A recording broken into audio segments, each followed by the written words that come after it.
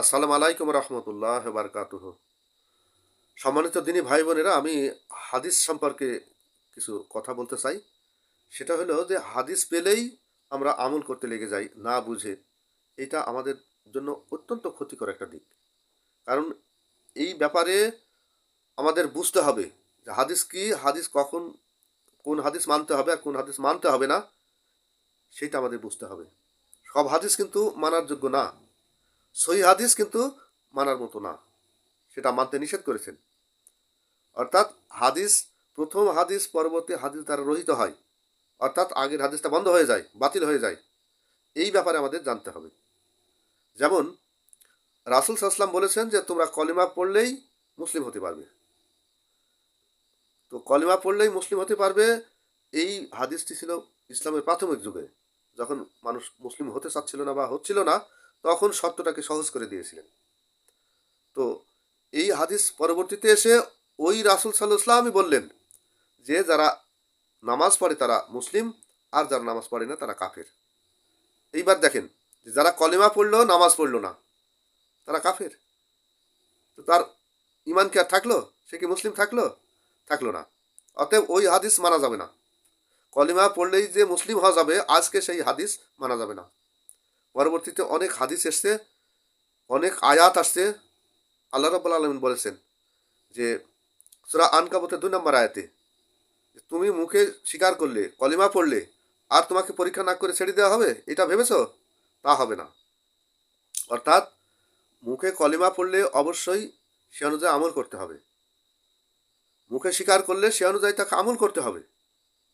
তো আমল না করলে, ওইখানে তো বলাই হয়েছে যে যদি আল্লাহ, আল্লাহ রাসুল, কিতাব, রাসুল সমূহ, কিতাব সমূহ, জান্নাম জাহান, জান্নাত জাহান্নাম, এইসব বিষয়গুলোর উপরে বিশ্বাস আনয়ন করার নাম হলো ইমান। তো শুধু বিশ্বাস আনয়ন করলেই হবে না। আল্লাহ বলছেন যে তোমাকে আমল করে দেখাতে হবে যে তুমি আসলে সেটা বিশ্বাস করো কিনা। আর কলেমা পড়লেই যে রাসুল সাল্লাহ ইসলাম কিয়ামতের দিনে তাকে সাফায়াত করে জান্নাতে নেবে, এই কথাটা ভুল। ভুল এই জন্য বলছি যে এই ব্যাপারে রাসুল সাল্লাহ ইসলাম তার আপন চাচা আবু তালেব যখন মৃত্যুবরণ করছিলেন, তখন তাকে বললেন যে ইয়া চাচা, আপনি অন্তত কলিমাটা পড়েন, আমি যাতে কিয়ামতের দিনে তোমাকে সাফায়াত করতে পারি, জান্নাতে নিতে পারি। সাথে সাথে আল্লাহ রাব্বুল আলামিন সূরা কাসাসের 56 নম্বর আয়াত নাজিল করে বললেন যে হে নবী, তুমি স্বজন প্রীতি করছো, তোমার স্বজন দেখে, আপনজন দেখে তোমার দরদ লাগছে বলে তুমি তাকে হেদায়েত দিতে চাচ্ছ। কলিমা পড়লেই সে হেদায়েত পাবে। আমি কি তোমাকে হেদায়েত দেওয়ার অধিকার দিয়েছি? না। তাহলে উনি কলিমা পড়লেও সে হেদায়েত পাবে না। কেন? কলিমা পড়ার পরে তাকে সেই অনুযায়ী কাজ করতে হবে। অর্থাৎ উনি যদি তৌবাও করে, তো তৌবার অর্থ হলো যে আমি এই কাজটা আর কোনোদিন করবো না। 4টি শর্তের মধ্যে এটা বড় একটি শর্ত, যে আমি এই কাজটি করবো না। আল্লাহ উনার পরবর্তীতে সেই কাজটি করার ক্ষমতাই নাই, ওই সময় তোবা কবুল হয় না।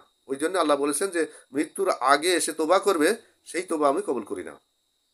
তো তাহলে রাসুল সাল্লাম যখন বললেন যে তুমি কলিমাটা পড়ো, আমি যাতে সাফায়াত করতে পারি, তো এইখানে আল্লাহ বলছে যে না, তুমি সাফায়াত করতে পারবে না। তুমি হেদায়ত দিতে চাইলেও আমি তাকে হেদায়ত দেবো না। তাহলে বোঝা গেল যে কলিমা পড়লেই আল্লাহ রাসুল কিয়ামতের দিনে সাফায়াত করতে পারবেন না। তো তাই যদি হতো, তাহলে মানুষ এই খারাপ কাজগুলো বাদ বাদ দেবে কেন? কারণ ঘুষ খেলে, সুদ খেলে ধনী হওয়া যায়। এর চেয়ে জলুসময় লোভনীয় জিনিস হলো নারী ভোগ করা, জিনা করা, ধর্ষণ করা। সূরা ইমরানের 14 নম্বর আয়াতে আল্লাহ বলেছেন। তো এই কাজগুলোকে বন্ধ করবে কেন? অন্য একটি হাদিসে বলা হয়েছে যে শুধু তুমি মৃত্যুর আগে মনে করো যে আল্লাহ সব গুনাহ মাফ করে দিবে, তাহলেই আল্লাহ সব গুনাহ মাফ করে দিবেন মৃত্যুর পরে। এইটাই যদি হয়, তাহলে আমি তো প্রতি সময়ে সেই কাজটি করব, চুরি করব, ডাকাতি করব, জিনা করব, ঘুষ খাবো, ধর্ষণ করব, এই খারাপগুলো কাজ করব, আর মনে করব যে আল্লাহ সব মাফ করে দিবে, অতএব আমার কোনো সমস্যা নাই। এটা কি হতে পারে? এটা হতে পারে না ভাই। সুতরাং এই বিষয়গুলোকে আমাদের মাথায় আনতে হবে। এনে কলিমা পড়লেই মুসলিম হওয়া যাবে, এই হাদিসটি ছিল ইসলামের প্রাথমিক যুগে। পরবর্তীতে রাসূল ইসলাম এসে বললেন যে না, যারা নামাজ পড়ে না তারা কাফির। তাহলে যে লোক কলিমা পড়বে, নামাজ পড়বে না, সে তার কলিমা দিয়ে তাকে মুসলিম বানানো যাবে না। অতএব আগের হাদিসটি রহিত হয়ে গেল পরের হাদিস দ্বারা এবং আল্লাহর পবিত্র কোরআনের আয়াত দ্বারা। ওই যে আল্লাহ বললেন যে না, তুমি পরীক্ষা না করে অর্থাৎ আমল না করলে, মুখে স্বীকার করলে ইমানদার হওয়া যাবে না। সুতরাং এই বিষয়গুলো আমাদের লক্ষ্য করা উচিত। এই বিষয়গুলোকে বিবেচনা করে আমাদের ইমান রাখা না রাখার বিষয়টি বিবেচনা করতে হবে। একজন বলল কলেমা পড়লেই আল্লাহ রাসূল সাফায়াত করবেন, ব্যাপারটা তো সস্তা না ভাই।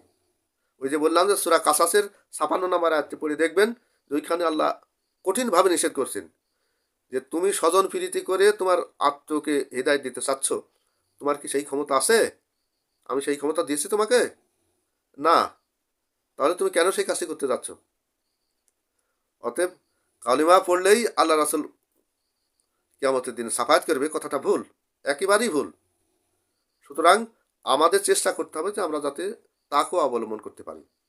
এই জন্য আল্লাহ রাব্বুল আলামিন বলছেন সূরা ইমরানের ১০২ নম্বর আয়াতে যে তোমরা যথাযথ তাকওয়া অবলম্বন করো এবং মুসলিম না হয়ে মৃত্যুবরণ করো না। অর্থাৎ তাকওয়া অবলম্বন করলেই কেবল সে মুসলিম হতে পারবে, কলেমা পড়লে মুসলিম হতে পারবে না।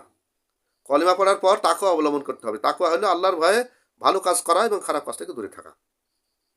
এই কাজটি যারা করবে তারাই কেবল মুসলিম হতে পারবে এবং তারাই কেবল বেহেশতে যাবে, তাদেরকেই কেবল রাসূল সাল্লাল্লাহু আলাইহি ওয়াসাল্লাম সাফায়াত করতে পারবেন।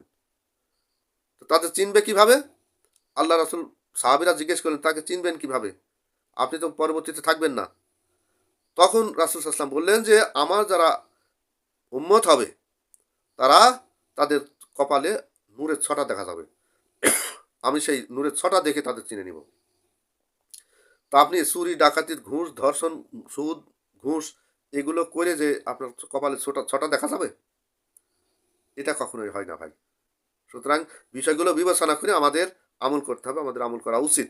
এই সস্তা ফতোয়া কোনো কোনো আলেম ভাইরা দিচ্ছেন, এটা সর্বনাশ করছেন এই মুসলমানদের। এই সস্তা ফতোয়া দিয়ে এদেরকে পথভ্রষ্ট করছেন। আমি বিনীতভাবে অনুরোধ করব যে এই বিষয়গুলো আমার সম্মানিত আলেম ভাইরাও যেন বিবেচনা করে বিস্তারিতভাবে বুঝায় বলেন। কলেমা পড়লেই রাসূল সাল্লাল্লাহু আলাইহি ওয়াসাল্লামের সাফায়াত পাওয়া যাবে না, কলেমা পড়ার পরে তাকে আমল করতে হবে। যে কথাগুলো আমি এর আগে বলে আসলাম, আশা করি আমার কথাগুলো আপনারা বুঝতে পেরেছেন। সবাই ভালো থাকেন, সুস্থ থাকেন।